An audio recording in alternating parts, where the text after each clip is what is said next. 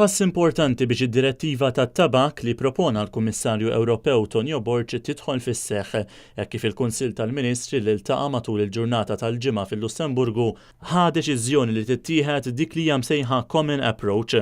Ftit sigħat wara li ntemmet il-laqgħa tal-Kunsill tal-Ministri li għalija attendaw ukoll il-Ministru Malti Godfrey Farrugia, dan l-istazzjon ħal kummenti tal-Kummissarju Ewropew responsabbli mis-saħħa u l-affarijiet tal-konsumatur Tonio Borg.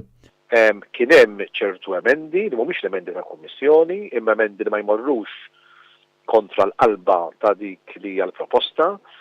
Ma ninsewx li l-Kummissjoni kull ma tagħmel tipproponi l-liġi, u mbagħad il-liġi ma tiġi approvata mill-Kummissjoni ma tiġi approvata mill-Kunsill tal-Ministri u mill-Parlament Ewropew.